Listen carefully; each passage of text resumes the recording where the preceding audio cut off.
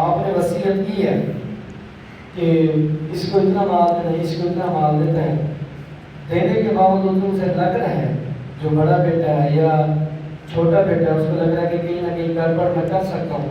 مجھے موقع فراہم ہے کہ میں تھوڑی سی وصیت کے اندر چینجنگ کر کے نا اپنے نام پہ تھوڑی زیادہ کروا لیتا ہوں اور چھوٹوں کے نام پہ کم کروا لیتا ہوں، یا مال جو بہنوں کا حصہ بنتا ہے ان کو تھوڑا کیا کر دیتا ہوں، کم کر دیتا ہوں، اس کے مطابق عمل میں کیا کرتا ہوں، نہیں کرتا، اس وصیت کے اندر چینجنگ کروا لیتے ہیں۔ اللہ تعالیٰ فرماتا ہے کہ جو وصیت سننے کے بعد بدل دے،